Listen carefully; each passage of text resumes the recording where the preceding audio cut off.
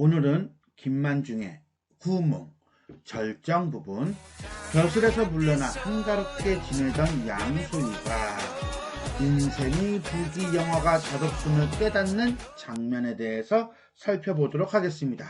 이제 결말로 슬슬 다가가고 있는 거지요.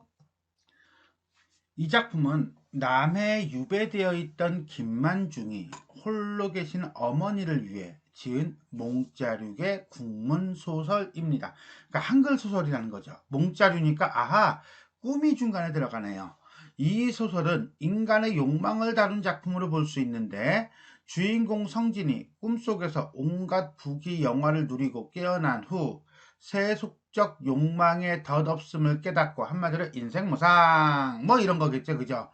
자, 불도에 귀의한다는 내용을 기본 골격으로 삼고 있다.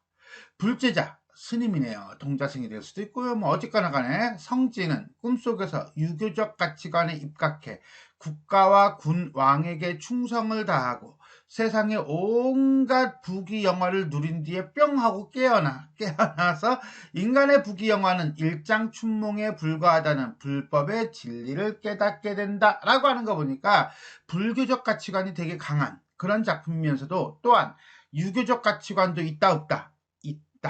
그리고요, 도교적 가치관도 있습니다. 다 있어요, 그러니까. 자, 제 16장. 이게 전체 16장으로 되어 있어요. 양승상 등고 망원, 진상인 반본 환원이라고 하는 제목이 담겨져 있네요. 양승상이 높은 곳에 올라 멀리 바라보다. 진상인, 즉 육관대사예요. 반본. 자, 환원, 즉 본래의 곳으로 되돌아가다. 이런 의미가 되겠습니다. 자, 계속 갑시다. 절정. 승상이, 이때 승상이라고 하는 건 누구? 그렇지, 양소유. 성은에 감격하여, 이때 성은은 임금의 은혜죠. 뭐냐 그러면 그래, 네 마음대로 해. 너 시골로 내려가. 뭐 이런 거예요. 고두사은하고 고두사은. 머리를 조아리며 은혜 감사합니다 땡큐 하며 거가하여 집을 이동했대. 그러니까 한마디로 거처를 이동했다라는 거죠. 취미궁으로 올마가니. 취미궁, 자, 공간적 배경이 되겠습니다. 이 집이 종남산 가운데 있을 때 누대의 장려함, 웅장하고 화려함, 웅장 화려려. 경계의 기절은 아주 신기함이 뚜렷이 복례산의 신선과 같은 경치이더라. 왕학사 씨의 말하기를 신선의 집이 별로 이곳에서 낫지 못할 것이니 무슨 일로 퉁소를 불고 푸른 하늘을 향하리요? 라고 하니 이 구절에 나오는 이 경치가 바로 여기와 같구나. 그만큼 멋있고 아름답다는 얘기가 될 거예요. 승상이 정전을 비웠다는 것은 결국 뭡니까? 관직을 내려놓아 조서와 어제 신문을 봉안하고, 조서라는 것은 임금이 백성들에게 알리는 글이라고 한다면 어제는 임금이 지은 시와 글을 받들어 모시고 그 남은 누각대사에는 제 낭자가 나눠들고 날마다 승상을 모셔 물을 임함에 매화를 찾고 실을 지어 구름 끼인 바위에 쓰며 검은고를 연주하며 솔바람을 화답하니 한마디로 여유로운 생활을 즐기니 청한한 복이 맑고 깨끗하여 한가한 복이 더욱 다른 사람을 부러워할 바이더라. 한마디로 여유롭게 편안하게 지내더라. 거의 승상이 한가한 곳이라고 하는 것은 한마디로 벼슬을 물러났다는 거예요. 취미궁에 왔다는 거지요. 또 여러 해가 지나더니 시간의 경과인가요? 8월 스문할 전후 승상의 생일이더라. 두둥. 모든 자녀가 모두 다 10일을 연하여 계속하여 설연 잔치를 베푸니, 야, 생일 잔치를 10일 동안 대단하죠. 번화성만함이, 그렇죠, 대단하죠. 번화하고 흥성성함함이 얘도 듣지 못할려라. 그만큼 양승상의 부귀영화가 매우 대단했다는 거지요. 잔치가 끝나고 모든 아이들이 자손들이 각각 흩어진 후 자기 집으로 갔겠지. 문득 구추가절 9월달 가을이에요. 음력 9월의 좋은 계절. 계절적 배경이고요. 다다르니 국화가 붕우리를 누르고 수유 열매가 붉었으니 정이 등도할 때이여라. 등도하다는 것은 등고하다는 것은 높은 곳에 오르다, 즉 산에 오르다라는 뜻이에요. 자, 아까 소제목이 잠깐 나온 거죠. 양승상이 높은 곳에 올라서 멀리 바라보다. 이 대목이 되겠습니다. 자, 산에 올라 단풍을 즐기며 시와 술을 나누는 세시 풍속을 우리가 등고라고 합니다.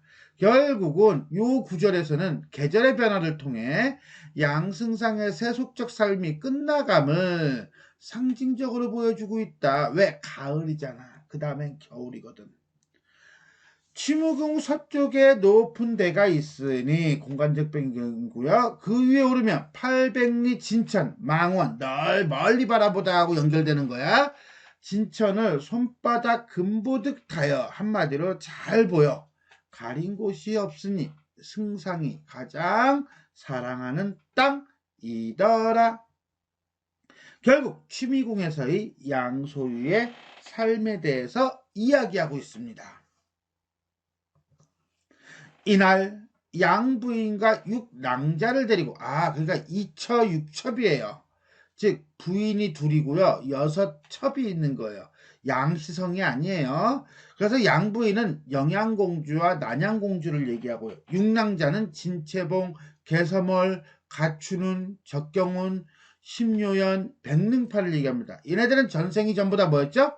팔선녀였죠.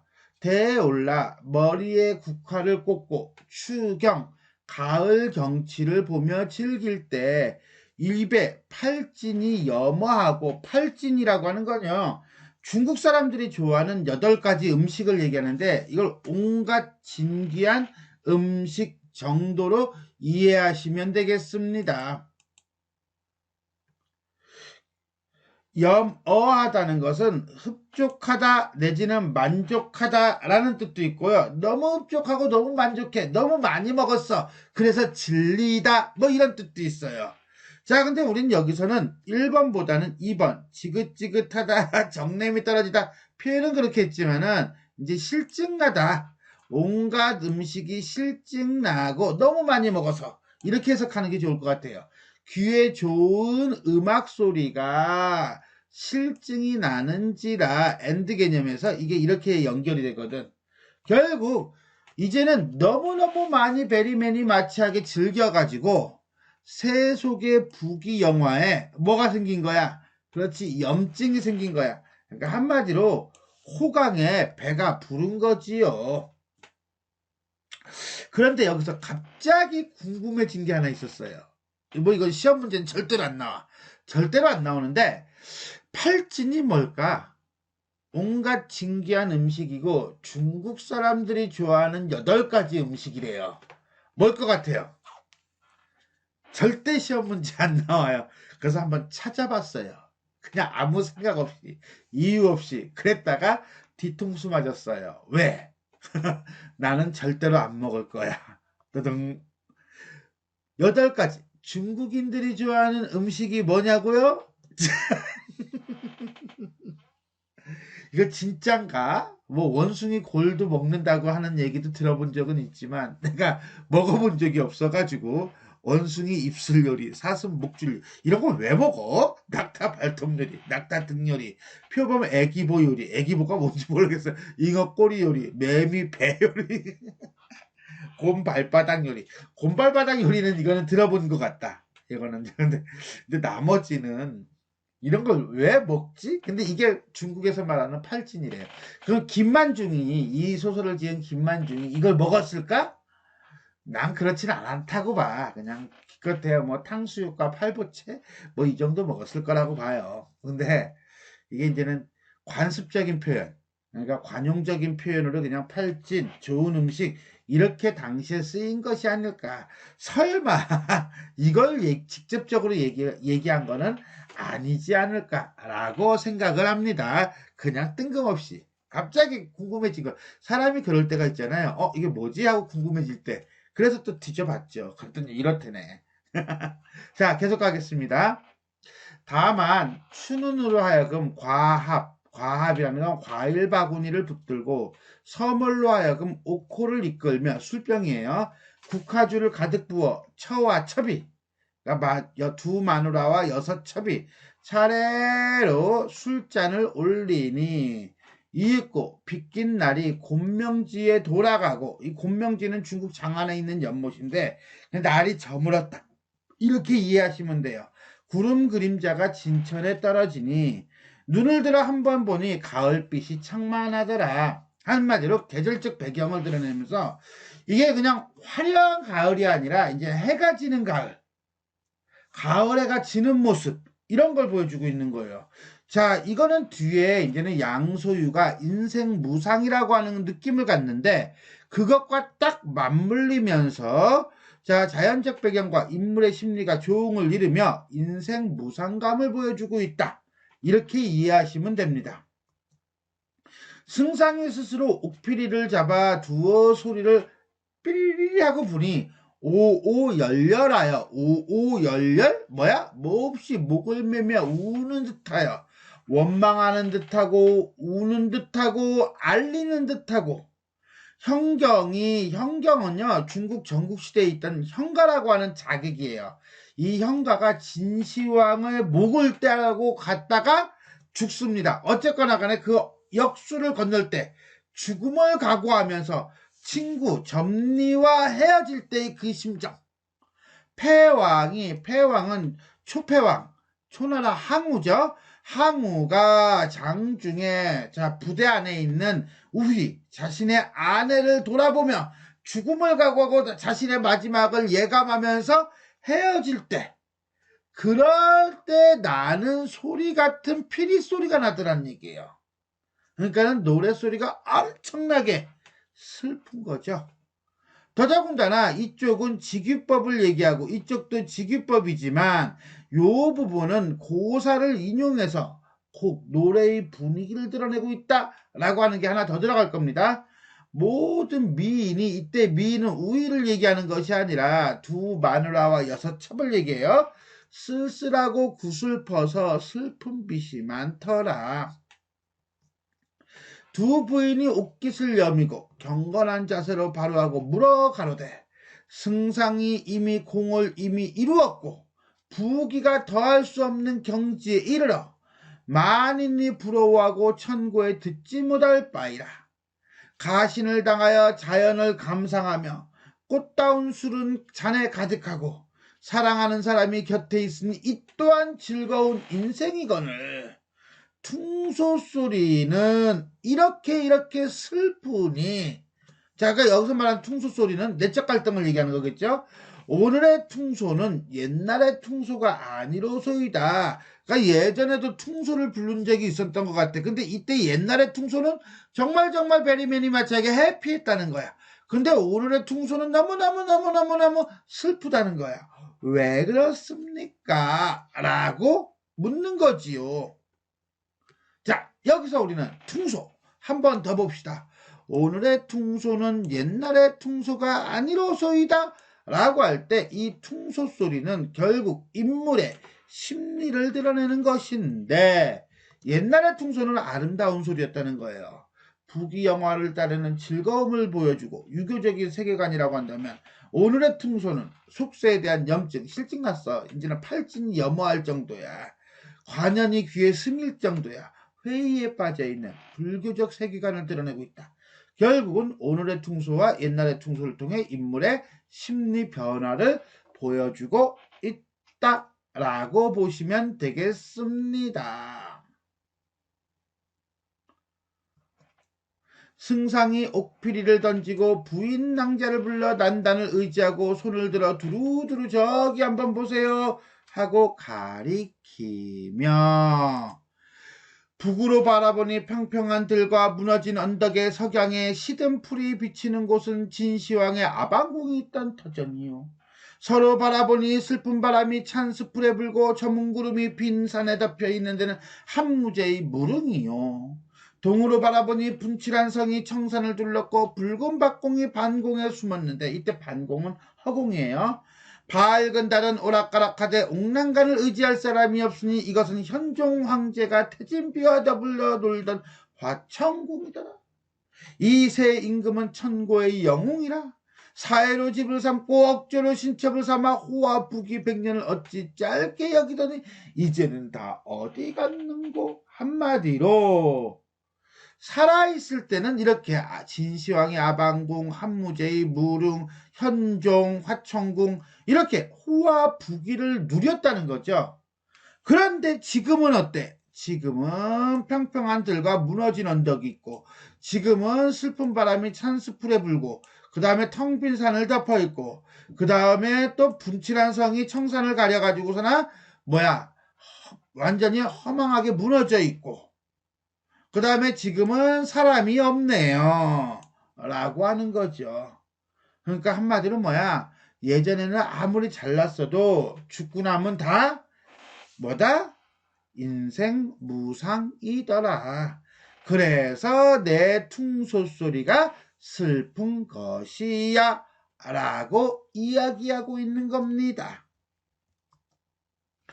소유는 본디 하남 땅에 있는 배옷 입은 선비, 한마디로 벼슬을 하지 않은 선비, 벼슬을 하지 않는 선비를 우리는 포의 지사 내지는 포의 한사라고 합니다.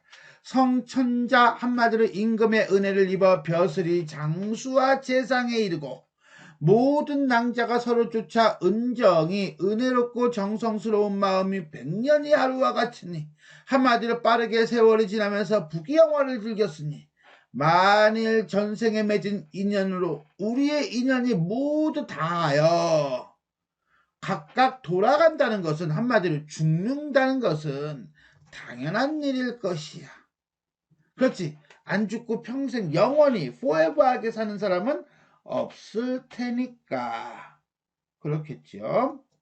하지만 우리가 100년 후에, 우리가 죽고 난 다음 100년 후에 높은 대가 무너지고 구본 연못이 메워지고 가무 노래를 부르고 춤을 추던 땅이 이미 변하여 거친 산과 시든 풀이 되었는데, 한마디로 말해서 세월이 지나 100년이 지나면은 우리가 살던 모습은 하나도 안 남아있을 거야.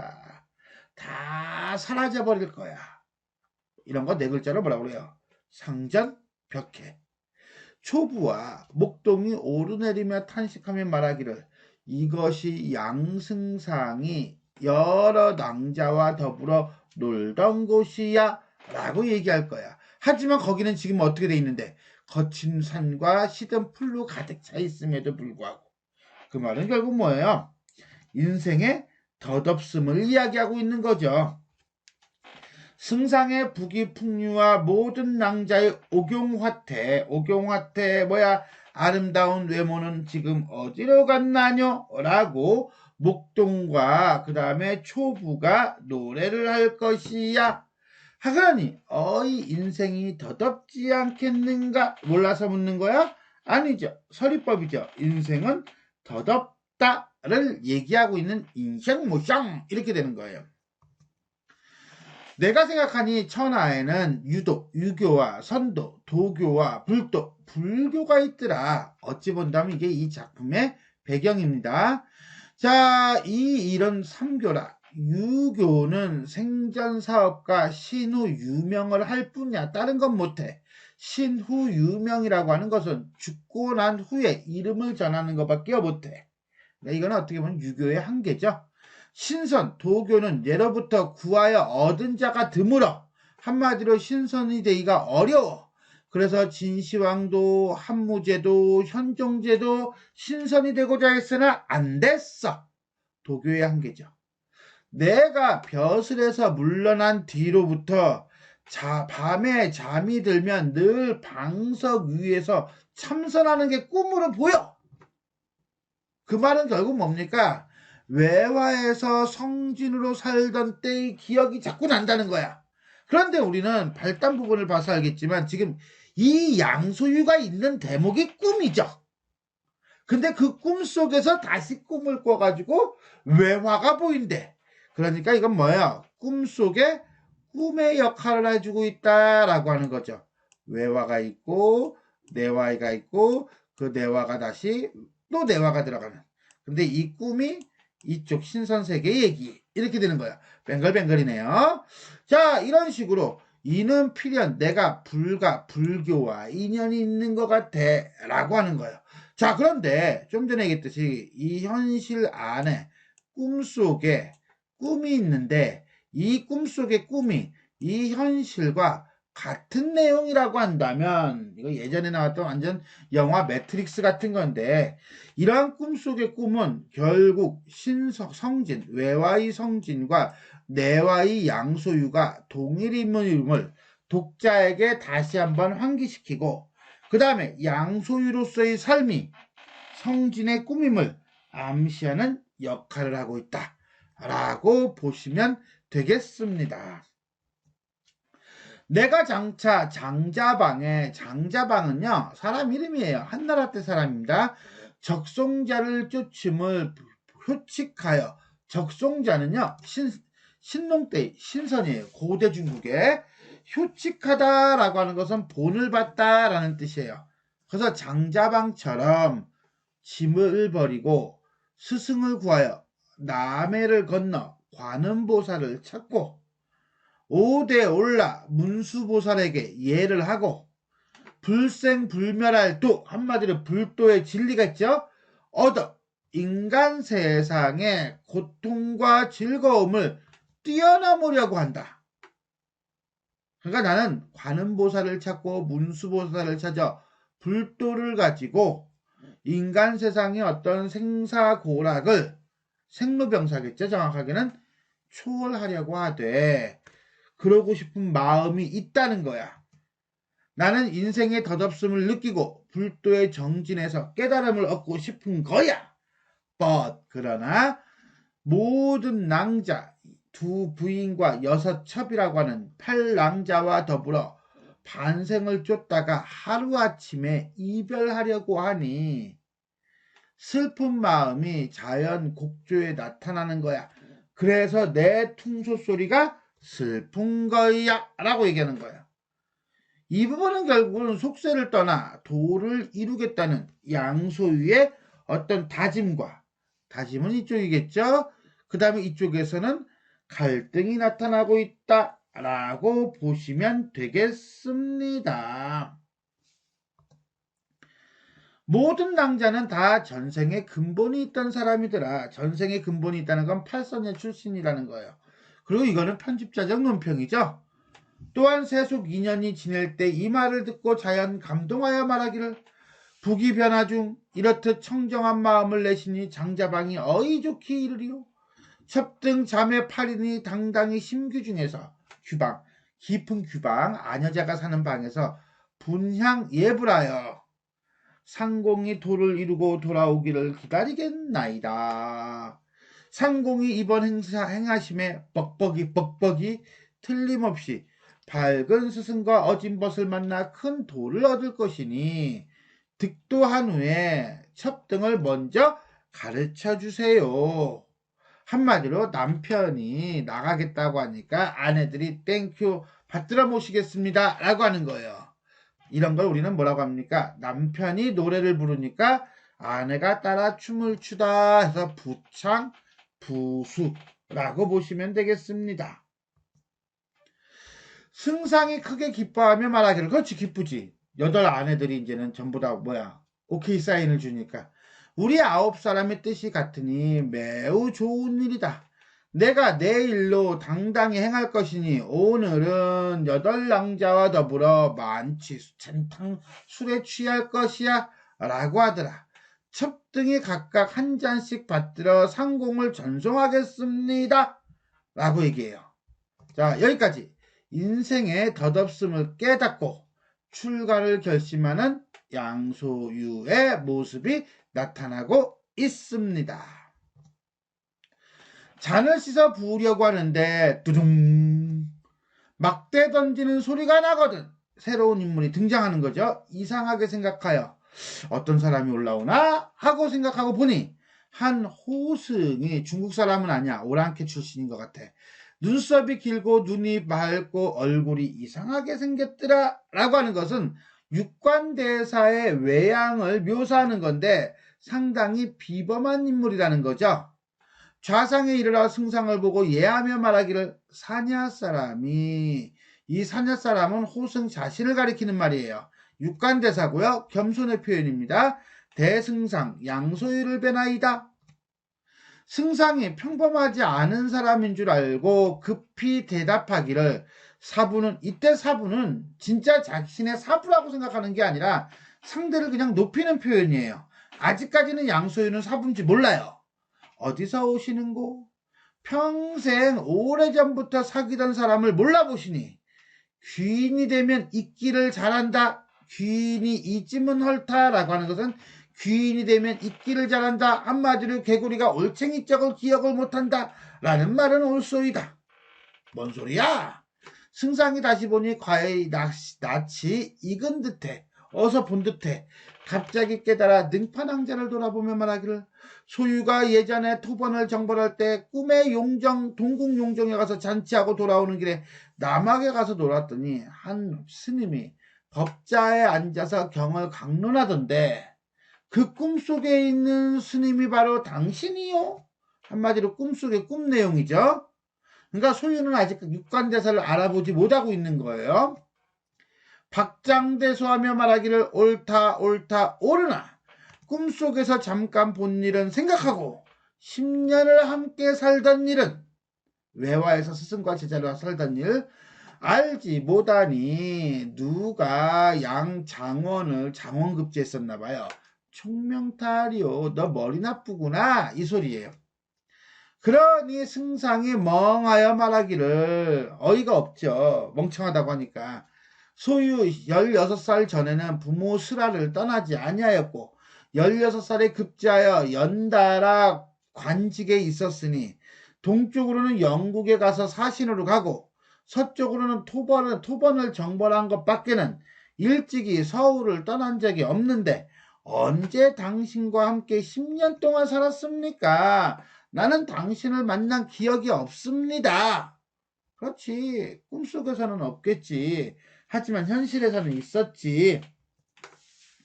호승이 웃으며 말하기를, 상공이 아직 꿈을 깨지 못하고 있습니다. 춘몽, 일장 춘몽. 그러면 어찌하여 소유로 하여금 춘몽을 깨게 하리로 알려주시오. 어렵지 않습니다. 하고 손 가운데 있는 지팡이를 들어 돌 난간을 두어 번 두드리니 갑자기 쫙 바닥에서 드라이 아이스가 깔리는 거야. 그러면서 산의 내 동서남북에서 구름이 일어나서 쫙 앞을 보이지 못하고 안개가 쫙 껴있는 거야. 판타스틱하죠. 전기적인 요소가 되겠습니다. 환상적인 요소가 되겠습니다. 승상이 정신이 아득해져 마치 취한 꿈속에 있는 듯하더니 사부가 이 정도 올바른 방법으로 소유를 인도치 아니하고 눈을 속이는 기술로 희롱하라뇨 하고 말을 마치지 못하여 구름이 쫙 걷히니 아무것도 없네. 싹 사라져버렸네. 와우. 정신이 없어 하더니 그런 높은 대와 많은 집이 없어지고 자신은 한 작은 암자에 포단 방석 위에 앉아있더라. 한마디로 성진으로 돌아온 거지요. 향로의 불은 이미 사라져버렸어. 지는 달이 이미 창에 비쳤어. 그만큼 시간이 지나서 깊은 새벽에서 뭐가 된 거야? 깊은 밤에서 새벽이 된 거야. 자, 여기서 우리는 시간적 배경이 새벽이 됐다라고 했는데 저 앞에 발단 부분을 보면요. 소유가 꿈을 꾸기 시작하는 인몽 부분이 나와요. 근데 그 인몽 부분에서는 꿈이 언제 시작되는지를 잘 모릅니다. 어디서부터인지가 명확하게 나와 있지는 않아요. 그런데 이 장면을 본다면 팔선녀를 만나고 돌아와 향로의 전단을 피우고 방석 위에 앉아서 나무와 하고 잠깐 꿈을 꾼 거라고 보면 돼요. 그게 내화의 내용이다. 이렇게 이해하시면 되겠습니다. 스스로 자신의 몸을 보니 108낫의 염주가 손목에 걸려있고 머리를 만지니 가끔 머리털이 까칠까칠하더라. 그만큼 머리가 자란 거야. 분명히 소화상 젊은 승려의 모습이요. 대승상 양소유의 모습이 아니니 정신이 황홀하여 오랜 후에 비로소 자신이 성진임을 알았다. 그러니까 한마디로 이제서야 정신이 난 거죠. 그동안은 정신이 없었던 거지요.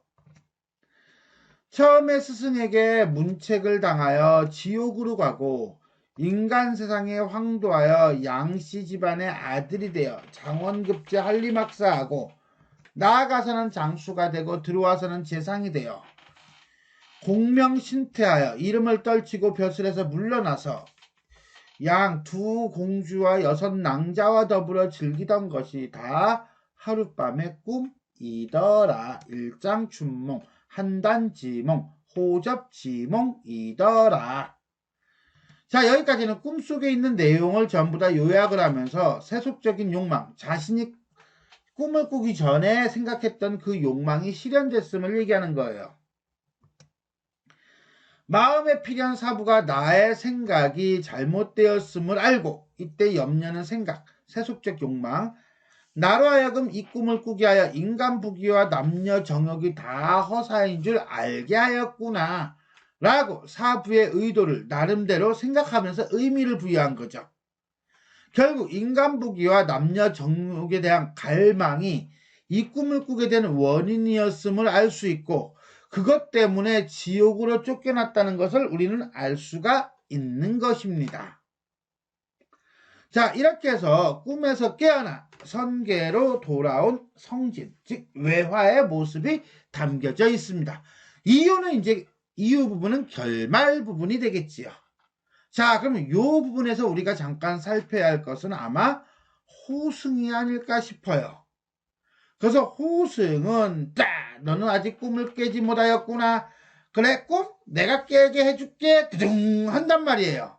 즉 호승은 성진의 육관대사이고요. 육관대사는 인간 부귀와 남녀 정욕에 빠져 갈등하던 성진을 꿈속의 인물인 양소유로 태어나게 만들어 인생 무상을 깨닫게 해준 인물이기도 하고 깨달음을 얻은 꿈속의 양소유를 다시 깨워 현실로 돌아오게 하는 인물이기도 합니다. 이렇게 본다면 육관대사는 작품 전개상 사건을 전환시키는 사건을 전환시키는 역할을 한다 라고 볼 수가 있겠습니다. 자, 지금까지 우리는 김만중의 구운몽 절정 부분, 벼슬에서 물러나 한가롭게 지내던 양소유가 문득 인생의 부귀영화가 덧없음을 깨닫는 장면, 그리고 난 다음에 현실로 돌아오는 부분에 대해서 살펴보았습니다. 지금까지 내용이 도움이 되셨다면 좋아요와 구독 버튼 눌러주시고요. 알람 설정 부탁드리겠습니다. 수고하셨습니다.